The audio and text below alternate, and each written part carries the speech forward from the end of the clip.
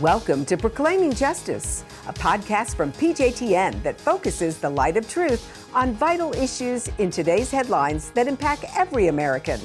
I'm your host, Laurie Cardoza Moore, founder and president of Proclaiming Justice to the Nations, and I'm here to educate, motivate, and activate you to action. I want to arm you with the truth and the facts you'll need to fight and preserve our constitutional republic and uphold the Judeo-Christian values our nation was founded upon. Welcome to Proclaiming Justice, a PJTN podcast, and I'm your host, Laurie Cardoza Moore. If you missed the last episode of this podcast, you will find it and our previous podcast lineup on our website at pjtn.org, as well as all the other platforms that you use to access your favorite podcasts. On this week's podcast, I have invited Rabbi Tuly Weisz with Israel 365 to update our Watchmen about what is going on in Israel since the barbaric attacks on Israel were launched October 7th. I also want to remind our audience that as PJTN Watchmen, it is our biblical duty to listen and share this and all of our previous podcasts with your family and friends so that they can take action against the issues that threaten our republic and the state of Israel. So please remember to like and share. As it goes with Israel, so shall it go with America. Rabbi Weisz, thank you so much for joining me on Proclaiming Justice. Thank you for having me, Laurie. Absolutely. Let's start off by giving our audience an update on what is happening in Israel. We, of course, many of our supporters are watching the news 24/7. We're getting information through the media. You know, what's happening and what aren't we hearing about on the ground? Okay, there's, it's day 93 of this war, 3 months in, and it's very, very stressful. It's a very difficult time in Israel. Literally, every time I turn on the phone, I'm afraid to see the news. It's just, there's no good news. There's no good news. And it's just a matter of, we're losing soldiers, unfortunately, almost every day. And this is a small country, so these are boys in our neighborhood. These are boys, who are friends of ours or friends of friends, and everybody knows somebody who's been affected. Affected is too small of a word, but everyone knows somebody who has been lost because of the war. Whether it was the 1,200 people murdered on October 7th, or there's more than 120 hostages, and we don't even know how many because Hamas has never let the Red Cross in. And there's 160 soldiers who have been killed. So it's really a devastation that we haven't ever experienced here. The war effort itself is not going as well as it should be, considering that Israel has such a powerful army, but our hands are tied, and the world is taking the side of the rapists and the murderers, and so it doesn't allow us to fight. Our hands are tied behind us, so it's just challenging. There's the anti-Semitism that's exploding around the world, right? And then there's the northern border, which is, boiling over. And yesterday, 40 missiles were launched by Hezbollah against Israel. And that's not even the active war front. And then there's Judea and Samaria, which is the third front, where, they're fighting fiercely in Judea and Samaria because that's also become a bastion of Hamas support. There's tunnels that it's really dire and serious on several fronts. There's the Red Sea and the Houthis. That's a fourth front. And, it's a serious, serious war that requires a lot of vigilance, both, militarily, but of course, divine. God is, this is a spiritual battle between good and evil. And, we need God's miraculous protection, which we've seen a lot of, and we're just awaiting even more of that. Yes, absolutely. So you mentioned in your opening statement about feeling like your hands are, or stating that your hands are tied behind your back. What do you mean when you say that? I mean, Israel is one of the strongest military armies in the world. The intelligence of the Israeli Mossad and just Israeli intel in general is the top. But yet you feel like your hands are being tied behind your back. Explain what you mean when you say that. Yeah, well, we do have good intelligence, and that's been something that Israel's invested a lot in. And we have a mighty army that has the most advanced weapons. And most importantly, we have the best soldiers in the world. These unbelievable men and women, young guys and girls who are so committed to protecting their homeland and really God's land that is ultimately, at the end of the day, going to be the most important factor here. Well, what do I mean when I said that our hands are tied behind our back? So, there's a couple of challenges. Israel announced there's a few goals of the war. They need to defeat Hamas completely, and so that's a challenge because they have Hamas as a terror state that has totally exploited the norms, the democratic norms, and every international law of war. They've literally, spent years in exploiting those, and is doing everything to make it difficult for Israel to counter attack. They're using hospitals as their command centers, and they're using mosques and schools as their munitions depot. And so, as a result, where we should just be carpet bombing them, but because of and targeting the schools and targeting the mosques, and targeting the hospitals. So, but the world has more. I don't know if I haven't seen this, but I heard somebody mention it today. So I didn't see it myself. I don't know if it's for sure true, but that there's more news media in Israel than in all of China, meaning that that it's such a big country versus there's the whole world. The media is here right now and is got their cameras pointed at every single Israeli soldier, and they can't make any mistake. And there's so much attention being given to quote unquote the innocent civilians, and whereas this polling demonstrates that the civilians in Gaza not only elected Hamas, but 75% of them, or even 80% of them, support Hamas more after October 7th. So who exactly are we? My God. Innocent civilians that we're trying so hard not to harm. So you have the media working very aggressively against Israel. You have the international community, like certain countries that are accusing Israel of genocide, and throwing around words that they don't even understand. So and then most difficult and challenging is the relationship that we have with America right now, because on the one hand, we in Israel appreciate America very much. As myself, somebody who I'm an American citizen and I vote in the elections, and I deeply love the United States of America. So you have more pro-Israel sentiment in Israel, you have more pro-American sentiment in Israel probably than in America. People here love America more than most Americans love America. But at the same time, you have an administration that is talking out of both sides of its mouth.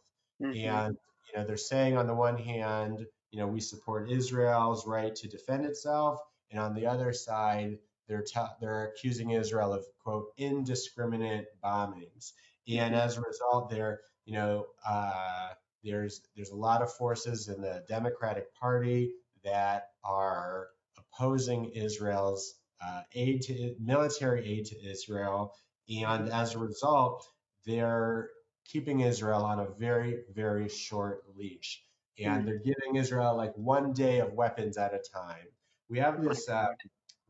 So every day, Israel cannot afford to say anything too offensive or to the Biden administration, or not even offensive, but too strong, because all we need is the Democrats and the squad to rile up their mobs even more, to put more pressure on the administration, where they'll, if they slow down those shipments, so it really immediately affects Israel's right to defend itself. And so it's a really messy, complicated situation. We also don't want it to escalate, but on the other hand, we do need to defend ourselves and push back the terrorists in the South and in the North. Absolutely. Absolutely. Well, this, being an American citizen and hearing you say this makes me very upset, very angry, in fact. And I know that our audience shares that sentiment, because we're watching this administration deny weapons, or I know a couple weeks ago, Israel was asking for Apache helicopters. And the reason why was because they needed them. They needed more helicopters. The 40 that I believe they have currently are running 24/7. And this administration is not going to sell them to Israel. And they're using whatever excuse. And to hear you say that our government, using our tax dollars, which the majority of Americans do support Israel. I don't care what these polls say. It's troubling to see the Harvard-Harris poll that came out a couple weeks ago also, but that's a younger group, and we've got to address that. We can't lose that younger group. We've got to educate them. But the majority of Americans that are over the age of 50 support Israel in this war, and have always supported Israel. So to hear that our tax dollars that we pay to our government to use in order to reflect our issues, our concerns, and you're telling our audience that the administration only gives their day allotment of weapons? Are you kidding me? This is outrageous, Rabbi. And I don't know. I'm sure it upsets you, but as an American, this is not right. We should be encouraging Israel to wipe out the terrorists. How merciful is it to allow these terrorists to survive and thrive and get away with? And yes, you said these citizens, they voted for this. They asked for it. We're reading accounts of some of our hostages are being held in people's homes, in hospitals, with doctors overseeing them. And where is the Red Cross? This is what we want to know. We donate all this money to the Red Cross, and they can't even put the pressure, or the United Nations put the pressure on Hamas to allow the Red Cross to come in and observe these individuals, these 120 hostages that are still being held? No, absolutely. This is there's a lot of complicity in there's a lot of guilty parties here who need to be held accountable. And the reason that this war is being extended as long as it is, really with no end in sight, is simply because right now there's a very simple and very quick solution to end the war tomorrow. And that is they need to turn the southern border with Egypt into an open border. okay? And then he'd allow all of the Gazans who want to emigrate and who want humanitarian relief to leave. The people in Gaza are being held hostage there in a war zone, and it's not Israel that's keeping them in there. It is Egypt that's keeping them in there.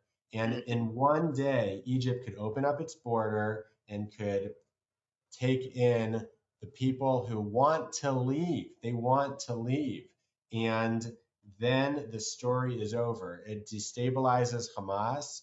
We could find them countries to move to. And there's a lot of countries that are already quietly saying we'll take Gazans in Africa, African countries, other Muslim countries that are willing to take Gazans. And in one day, this whole war could be over if the world took the humanitarian plight of the Palestinian people seriously, or the Gazans seriously, but instead they want to keep the pressure on Israel, and they want to use this conflict or this war really as a way to undermine the legitimacy of Israel, because they know that every day that this war stays in the news, every day that the New York Times has, blaming Israel on its front page, so it further delegitimizes Israel, and so it serves all of their nefarious purposes. And so that would be the main thing that Americans can do right now, would be to call for the immediate humanitarian transfer of the Gazans across their southern border. All right. That's a great action that we can take.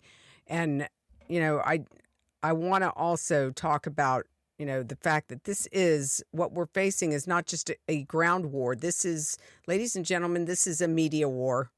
This is disinformation. And they're using misinformation to further their agenda. And it's so critically important why PJTN is doing what we're doing, why we're fighting this in the media, because we have to reach more people, more Christians, more Jews, more people of conscience to stand up against our government. And the most important way we can have an impact, ladies and gentlemen, is November of 2024. I can't tell you who to vote for, but ladies and gentlemen, this is why we vote. It matters who leads in the White House. We are in chaos in the United States of America because of a chaotic administration who has lost its mind. And unfortunately, many of us know who really is behind the scenes pulling the strings to this battle.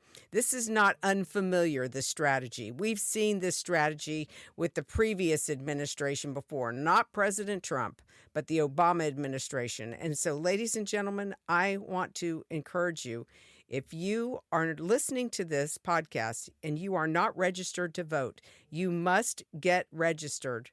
The power of the vote is the most important battle or weapon we have as Americans. We have to overwhelm the system that is in place and support the leaders that share the Judeo-Christian values that we do, that share the love and respect and heart for Israel and our Jewish brethren that we do. And so we've got to get out and vote. And the other most important thing you have to do, ladies and gentlemen, as we learn, as we read in the book of Ezekiel, as a watchman, you are duty bound to share what you are hearing today with your family and friends. Because remember, when God brings the sword on a city and the watchman fails to warn the inhabitants, and the inhabitants are not warned, and any innocent blood is shed, it's going to be required of that watchman. But if the watchman warns the inhabitants, you're not responsible for what they do with the information. They're responsible for themselves. But you, if any innocent blood is shed, it will not be required of you. God will not hold you accountable to it. This is where it's time to fish or cut bait. If we really love our Jewish brethren, if we really care and love the state of Israel, God's land, as Rabbi just said, then we have to take this issue on ourselves. We cannot sit over here on the western side of the Atlantic and the Mediterranean and say, oh, yeah, we support Israel, but have no action. We have to take action. Faith without works. You're right. You're right. And you're right about the November election being really important. 2024 is going to be an important year, maybe maybe the most important year for Israel and for that matter, America, because the two countries, our fates are linked. And if something were to happen to Israel, it's just a matter of time before, they reach the big Satan also. So we have an election in America in November. There's going to be elections in Israel, that's for sure as well. And it really does make a huge, huge difference. So I'm glad that you brought that up. This could be the year that either the land is divided, that the Biden administration every time he has an opportunity, he talks about a Palestinian state, which is insane because the Palestinian state was dead on October 6th, and then October 7th was not a nail in a coffin. I mean, it was it just destroyed the whole concept. No one in Israel wants a Palestinian state, not even the leftists who were advocating for a Palestinian state. Not even they want a Palestinian state in Israel. And every time Biden speaks, he's talking about a Palestinian state. And if he has his way, and if the Democrats win, then they will push a Palestinian state down Israel's throat. However, if Americans vote and the sanity prevails and Republican wins, and it will be the end to that dangerous delusion, the Palestinian state delusion. So it really is an important year for God's land, and it's our, I think, generational challenge to make sure that we keep God's land. Amen. Amen. I agree 100%. And before we close the program, I do want you to talk about Israel 365. Ladies and gentlemen, PJTN and Israel 365 have formed a partnership because we are so aligned with their mission and their message and Rabbi. And so I want to encourage you all to go to their website, and Rabbi Tuly is going to tell you how you can do that, how you can get involved. PJTN, I write an op-ed every month to put in Israel 365 that goes out to their whole sphere of influence. And of course, Rabbi Tuly and I are talking about a trip to Israel in May. And I want you to be praying about that, encouraging you to think about that, and join us, whether the war is still in effect or it's not. Israel needs volunteers to come and help. And this is a tangible way you can help show your love and support for our Jewish brethren in Israel by volunteering, going on this trip. We're gonna make it a meaningful trip. We're gonna do some volunteering. We're also gonna do some traveling so you can see, firsthand what is happening. And we're coming back to do more interviews for our Focus on Israel show and our Lost Jews of the Inquisition documentary. So again, Rabbi, how can our audience learn more about the work that you're doing and where they can find information about you? Well, thank you, Laurie. I appreciate that. Our website is Israel365.com. And there you could learn about our mission. Our mission really is to build bridges between Jews and Christians, to strengthen Israel, to strengthen America. We believe that Jews and Christians have much more in common than that what divides us. And we have a common enemy, really, in radical Islam that we need to both fight against. We also have a news website, that's Israel365news.com, where Laurie is one of our columnists. And we tried our best to provide the truth from Israel from a biblical perspective. And so what you'll find on Israel 365 News is articles that you really won't see anywhere else. And we also have a Bible website. That's the israelbible.com.